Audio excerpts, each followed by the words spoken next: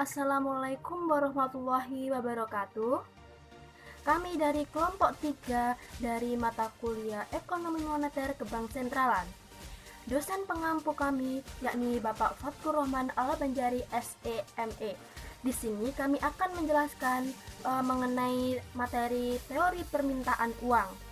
Sebelum kita membahas materi, izinkan saya untuk memperkenalkan anggota kelompok saya.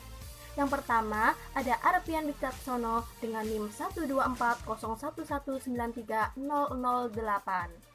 Yang kedua ada Dian Ratnasari dengan NIM 12401193035. Dan yang ketiga ada saya sendiri Mila Wigati dengan NIM 12401193022. Setelah kita memperkenalkan diri, mari kita simak videonya.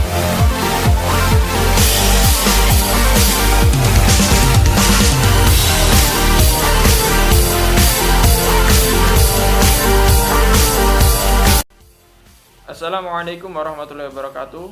Saya Arpian Wicaksono, NIM 12401193008. Di sini saya perwakilan dari kelompok 6 akan menjelaskan beberapa teori tentang beredarnya uang. Teori yang pertama adalah teori klasik. Teori klasik biasa disebut juga dengan teori kuantitas. Teori ini dikembangkan oleh Irving Fisher pada tahun 1911. Teori ini menjelaskan tentang peranan uang dalam perekonomian. Beliau menjelaskan teori ini dalam bukunya yang berjudul The Fluctuation of Our Money. Teori ini berpandangan bahwa terdapat hubungan langsung antara pertumbuhan jumlah uang dengan kenaikan harga-harga, sehingga pertumbuhan jumlah uang inilah yang nantinya akan menyebabkan suatu konsepan yang namanya adalah inflasi, suatu inflasi. Teori kuantitas menggambarkan kerangka yang jelas mengenai hubungan langsung yang sistematis antara pertumbuhan jumlah uang yang beredar dan inflasi. Dapat juga dirumuskan sebagai berikut. Analisis Fisher mengacu pada persamaan pertukaran atau equation of exchange yang dirumuskan. MY sama dengan PT. M adalah jumlah uang yang beredar. Y adalah perputaran uang dalam satu periode, biasanya 1 tahun.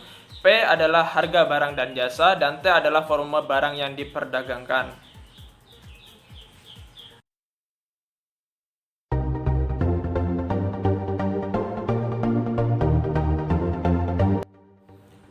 Selanjutnya adalah teori permintaan menurut J.M. Keynes. Keynes mengembangkan teori permintaan uang dari ekonomi klasik, dari kaum ekonomi klasik, yang menyatakan bahwa uang bukan hanya sekedar alat tukar menukar atau medium of exchange, tetapi uang juga dapat digunakan untuk alat penyimpan kekayaan. Permintaan uang, ada 3 motif permintaan uang yang telah disebutkan oleh J.M. Keynes. Yang pertama adalah permintaan uang untuk motif transaksi. Yang pertama adalah permintaan uang untuk motif transaksi terjadi atau muncul jika seseorang tidak menerima uang tunai bersamaan dengan yang dikeluarkan pada hari ini. Contohnya, jika para pekerja menerima uang 1 juta selama 1 bulan, tetapi pengeluarannya itu dilakukan setiap hari atau mingguan. Oleh karena itu, maka para pekerja atau pengusaha membutuhkan uang untuk transaksinya. Yang kedua adalah permintaan uang untuk berjaga-jaga. Menurut Keynes, uang juga digunakan untuk memenuhi kebutuhan yang sifatnya mendadak atau dadakan. Contohnya, jika keluarga kita sedang sakit, maka secara mendadak kita juga membutuhkan uang untuk mengobati keluarga kita itu tadi. Yang ketiga adalah permintaan uang untuk spekulasi ditentukan oleh tingkat bunga. Maka makin tinggi tingkat bunga, maka makin rendah juga keinginan masyarakat untuk menyimpan uang kas. Mereka lebih cenderung ingin menyimpan uang ke bank. Mengapa? Karena mereka jika menyimpan uang di bank, maka mereka akan mendapatkan bunga sesuai dengan apa yang mereka tabung. Karena bunga yang semakin tinggi. Terima kasih.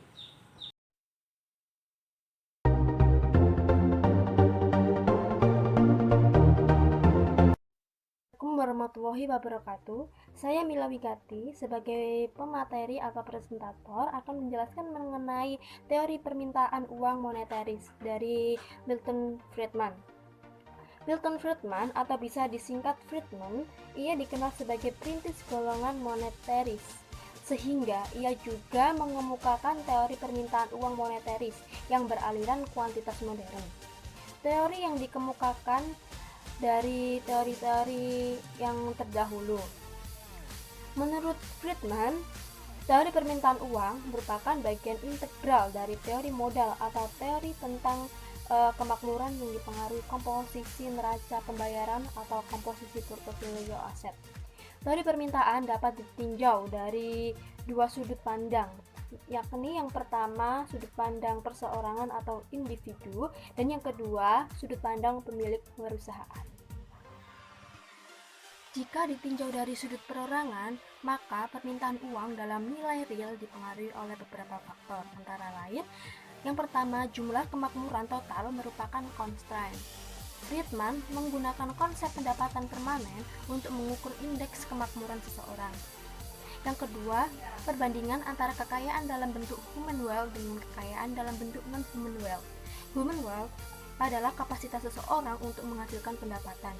Yang ketiga, tingkat pendapatan uang yang diharapkan.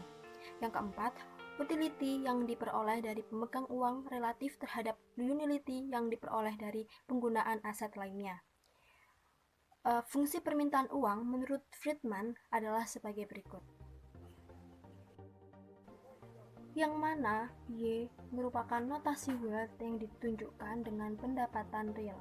W, fraksi wealth terhadap non-human wealth. RM, tingkat perolehan dari uang yang diharapkan. RB, tingkat perolehan dari obligasi yang diharapkan. RE, tingkat perolehan dari equity yang diharapkan. 1 per P, buka kurung DP per DP, tutup kurung, adalah perubahan harga yang diharapkan terjadi. Dan yang U merupakan utility yang diperoleh. Jika ditinjau dari pemilik perusahaan, maka fungsi permintaan uang pada 3.15 akan mengalami perubahan. Total kemakmuran bukan merupakan faktor pembatas terhadap fungsi permintaan uang, karena jumlah aset produktif yang dimiliki perusahaan merupakan variabel yang dapat ditentukan sendiri oleh perusahaan untuk tujuan maksimisasi keuntungan. Akibatnya, variabel wealth pada persamaan 3.15 tidak dimasukkan lagi dalam persamaan permintaan uang dari perusahaan. Di samping itu, dapat disebutkan bahwa faktor-faktor skala produksi atau skala usaha yang dianggap sebagai indeks nilai produktif dari jumlah yang dimiliki perusahaan merupakan variabel yang dipengaruhi fungsi permintaan uang akan uang. Bagi perusahaan tidak perlu ada pembedaan antara human wealth dengan non-human wealth, karena perusahaan membeli kedua jasa ini di pasar tanpa membedakannya.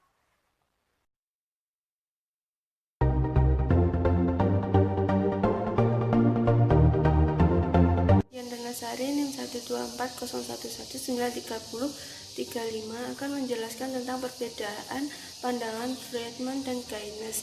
Di sini ada 3 perbedaan. Yang pertama, asumsi full employment dalam jangka panjang. Dalam asumsi ini, Friedman melihat adanya kelemahan dalam teori Keynes yang tidak memperhatikan peranan will dalam fungsi konsumsi atau menabung. Selain itu, Friedman menyatakan adanya pergeseran atau kekakuan harga yang berpengaruh pada full employment jangka panjang. Kekakuan harga dalam jangka pendek. Teori ini menggunakan analisis Albert Marcel, antara lain, pertama, menggali proses kontinu menjadi tahapan. Kedua, jika terjadi gangguan harus ada variabel lain yang menyesuaikan dengan cepat. Asumsi tersebut telah menyatakan perubahan jumlah uang yang beredar akan variabel harga berubah secara proporsional dengan persamaan M sama dengan K dikali P dikali Y. Keynes telah mengganti asumsi kedua dengan berpendapat variabel dapat berubah dengan cepat adalah variabel kuantitas dan bukan tingkat harga, serta tidak menganggap adanya variabel nominal dan variabel real. Kecenderungan likuiditas absolut. Menurut Keynes, permintaan digambarkan menjadi 2. M1 permintaan uang berdasarkan motif berjaga-jaga. M2 permintaan uang berdasarkan motif spekulasi. Terjadinya likuiditas karena adanya ekspektasi masyarakat yang homogen atau seragam. Perbedaan pendapat Keynes dan Friedman dalam asumsi ini terjadi karena adanya transmisi kebijakan yang menghubungkan perubahan jumlah uang yang beredar dan pengeluaran total.